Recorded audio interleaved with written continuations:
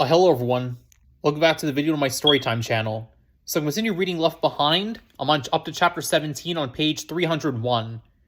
The Left Behind series remains my favorite fandom of all time. I remember reading Left Behind series for the first time in middle school. It was truly an enjoyable series in my opinion. It truly is an enjoyable series, and I've enjoyed reading the books back in middle school, and I still enjoy them to this day. Yeah, and I'm gonna start reading chapter 17 on page 301. So let's continue then. Chapter 17 of Left Behind, page 301. After a few minutes, Chloe gave Rayford evidence that she had heard his cry. "Don't worry about me, Daddy, okay? I'm getting there." Getting where? Did she simply mean that her decision was just a matter of time, or she was getting over her grief? After a few minutes, Chloe gave Rayford evidence that she had heard his cry. "Don't worry about me, Daddy, okay? I'm getting there." Getting where? Did she mean that her decision was just a matter of time, or simply that she was getting over her grief? He wanted so badly to tell her he was worried, but she knew that. Her very presence brought him comfort. When she paddled back to her room, he felt desperately alone again. He could not sleep. He tiptoed downstairs and turned on the new TV, tuning in CNN. From Israel came the strangest report. The screen showed a mob in front of the famous Wailing Wall, surrounding two men who seemed to be shouting. "No one knows the two men," said the CNN reporter on the scene, who referred to each other as Eli and Moishi. They have stood here before the Wailing Wall since just before dawn. "No one knows the two men," said the CNN reporter on the scene, who referred to each other as Eli and Moisha. "They've stood here before the Wailing Wall since just before dawn. They've stood here before the Wailing Wall since just before dawn, preaching in a style frankly reminiscent of the old American evangelists. Of course, the Orthodox Jews are here on an uproar, charging the two with desecrating this holy place by proclaiming that Jesus Christ of the New Testament is the fulfillment of the Torah's prophecy of Messiah. Thus far there has been no violence, though tempers are flaring and authorities keep a watchful eye. Israeli police and military personnel have always been loath to enter this area, leaving religious zealots here to handle their own problems. This is the most explosive situation in the Holy Land since the destruction of the Russian Air Force, and this newly prosperous nation has been concerned about almost primarily with outside threats. For CNN, this is Dan Ben in Jerusalem. Had it not been so late, Rayford would have called Bruce Barnes. He sat there feeling a part of the family of believers to which the two men in Jerusalem apparently belonged. This was exactly what he had been learning, that Jesus was the Messiah of the Old Testament. Bruce had told him and the rest of the core group at New Hope there would soon spring up 144,000 Jews who would believe in Christ and begin to evangelize around the world. Were these the first two? The CNN anchorwoman turned to national news. New York is still abuzz following several appearances today by new Romanian President Nicolae Carpathia. The CNN anchorwoman turned to the national news. New York is still abuzz following several appearances today by new Romanian President Nicolae Carpathia. 33-year-old leader wowed the media at a small press conference this morning, followed by a masterful speech to the United Nations General Assembly in which he had the entire crowd standing and cheering, including the press. He reportedly sat for a cover photo session with People magazine, who will be their first ever sexiest man alive to appear less than a year after the previous designate. Associates of Carpathia have announced that he has already extended the schedule to include addresses to several international meetings in New York over the next 2 weeks, and that he has been invited by President Fitzhugh to speak to a joint session of Congress and spend a night at the White House. At a press conference this afternoon, the president voiced support for the new leader. The president's image filled the screen. At this difficult hour in world history, it's crucial that lovers of peace and unity step forward to remind us that we're part of a global community. Any friend of peace is a friend of the United States, and Mr. Carpathia is a friend of peace. CNN broadcast a question asked of the president. "Sir, what do you think of Carpathia's ideas for the UN?" Let me just say this. I don't believe I've ever heard anybody inside or outside the UN shows such a total grasp of the history and organization and direction of the place. Let me just say this. I don't believe I've ever heard anybody inside or outside the UN show a total grasp of let me just say this.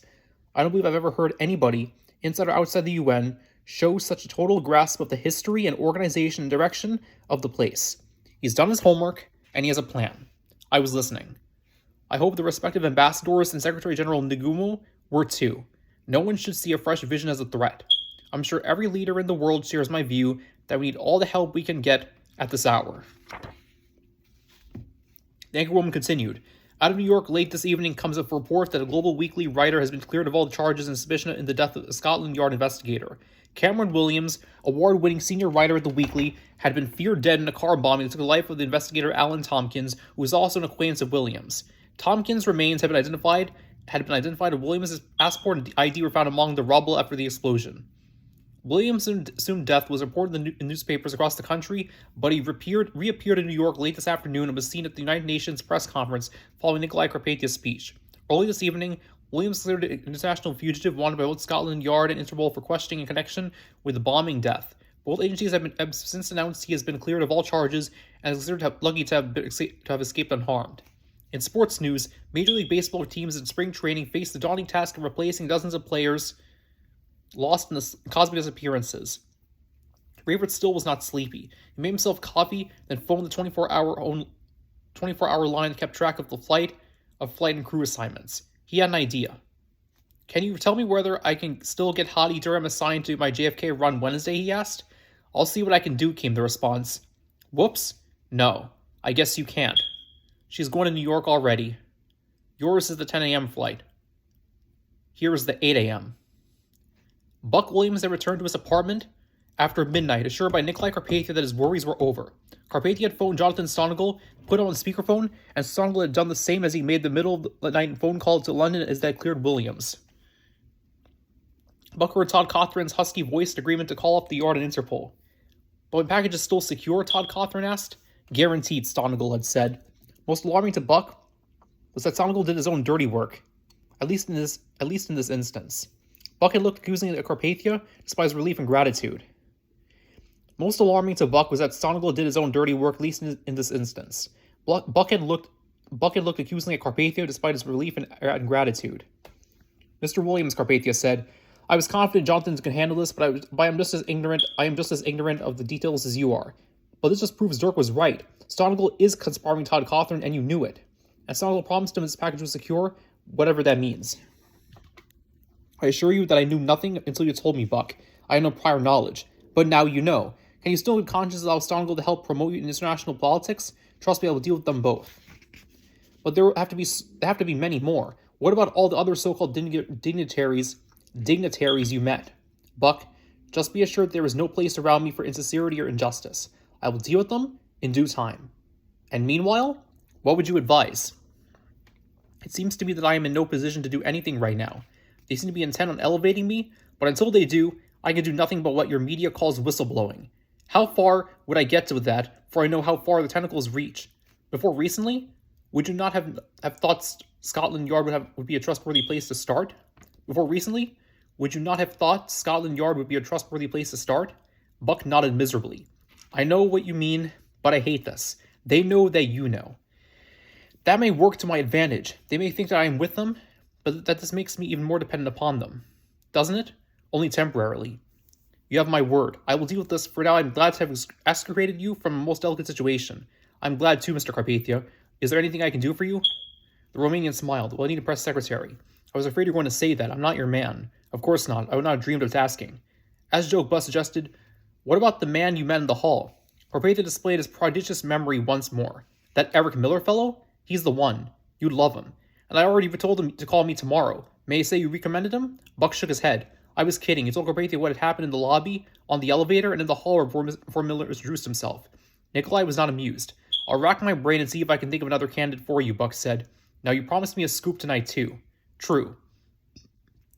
It is new information, but it must not be announced until I have the ability to effect it. I'm listening. Israel is particularly vulnerable, as they were before Russia tried to invade them. They were lucky that time, but the rest of the world resents their prosperity. They need protection. The UN can give it to them. In exchange for the chemical formula that makes the desert bloom, the world will be content to grant them peace. If the other nations disarm and surrender a tenth of their weapons to the UN, only the UN will have signed a peace accord with Israel. Their Prime Minister has given Dr. Rosenzweig the freedom to negotiate such an agreement because he is the true owner of the formula. They are, of course, insisting on guarantees of protection for no less than 7 years." Buck sat shaking his head. "You're going to get the Nobel Peace Prize, Times Man of the Year, and our Newsmaker of the Year." "Those certainly are not my goals." Buck left Carpathia believing that as deeply as he had ever believed anything. Here was a man unaffected by the money that could buy lesser men. At his apartment, Buck discovered he had another phone message from Hadi Durham. He had to call that girl. Bruce Barnes called the core group together for an emergency meeting at New Hope Village Church Tuesday afternoon. Rayford drove over, hoping that it would be worth his time and that Chloe wouldn't mind being home alone for a while. They had both been edgy since the break-in. Bruce gathered everyone around his desk in the office. He began by praying that he would be lucid and instructive in spite of his excitement, and that everyone returned to the Book of Revelation. Bruce's eyes were bright and his voice carried the same passion and emotion as when he had called. Rayford wondered what had him so excited. He had asked Bruce on the phone, but Bruce insisted on telling everyone in person. "I don't want to keep you long," he said, "but I wanted something deep here and I wanted to share it. In a way, I want you all to be wary, but to be wise as serpents and harmless as doves, as the Bible says." As you know, I'm studying Revelation and several commentaries about the end times events. Well, today in the Pastor's Files, I ran across one of his sermons on the subject. I'm reading the Bible, the books on the subject, and here's what I found. Bruce pulled up the first blank sheet on the flip chart and showed a timeline he had drawn. I'll take the time to carefully teach you this over the next several weeks, but it looks to me and to many of the experts who came before us that this period of history we're in right now will last for 7 years. The first 21 months encompass what the Bible calls the 7 seal judgments, or judgments of the judgments of the 7 seal scroll. Then comes another 21-month period in which we will see the 7 trumpet judgments.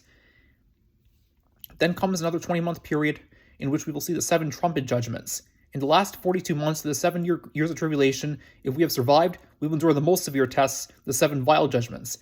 At last of the half of the 7 years is called the Great Tribulation, and if we are alive at the end of it, we will be rewarded by seeing the glorious appearing of Christ. Okay, this is not in the book, but Jesus already returned in 66 AD, Jesus already returned, Christianity ended in 70 AD. Just to point that out. Loretta raised her hand. Yeah, back to reading. Loretta raised her hand. "Why do you keep saying if we survive?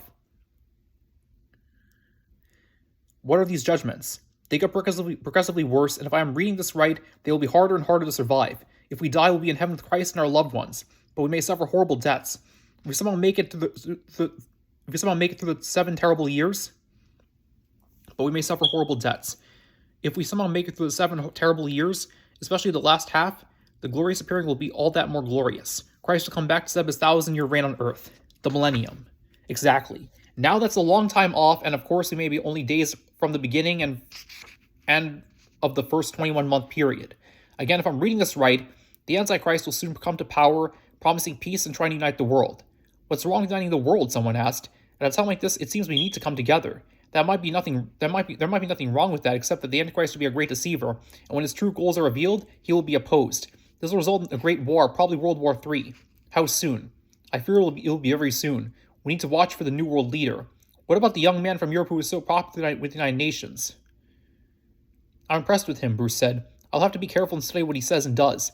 He seems to be too humble and too self-effacing to fit the description of this one who would take over the world. To fit the description of this one who would take over the world. But we're right for someone to do just that," one of the older men said. "I found myself wishing that guy was our president." Several others agreed. "We need to keep an eye on him," Bruce said. "But for now, let me just briefly outline the 7-sealed scroll from Revelation 5, and then I'll let you go. On the one hand, I don't want to give you a spirit of fear, but we all know that we're still here because we neglected the salvation for the rapture.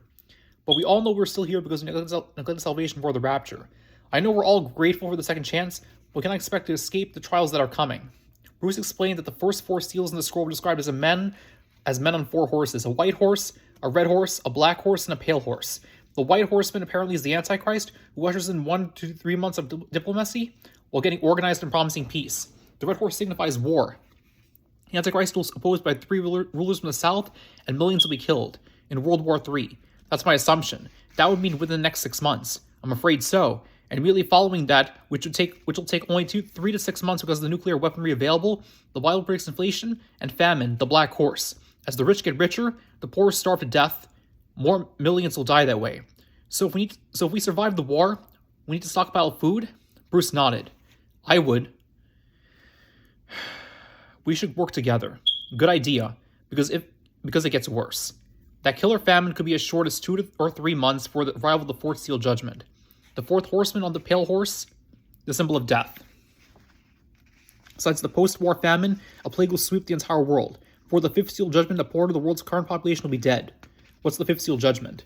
Well, Bruce said, you're going to recognize this one because we talked about it before. Remember my telling you about the 144,000 Jewish witnesses who tried to evangelize the world for Christ? Many of their converts, perhaps millions, will be martyred by the world leader and their harlot, which is the name for the one world religion that denies Christ. Raver was furiously taking notes. He wondered what he would have thought about such crazy talk just 3 weeks earlier. How could he have missed this? God tried to warn his people by putting his his word in written form centuries before. Note to self, this is not in the book, but the Bible is not the word of God. Just something to point out. For all Rafer's education and intelligence, yeah, back to reading. He felt like he had been a fool. Now he couldn't get enough of this information, though it was becoming clear that the odds were against a person living until the glorious appearing of Christ. Jesus already turned in 66 AD. This is not in the book, I'm just saying that. The sixth seal judgment, Bruce continued, is God pouring out his wrath against the killing of his saints. Okay, this is part 1 of chapter 17 of Left Behind. Take everybody. Another video from my Storytime channel.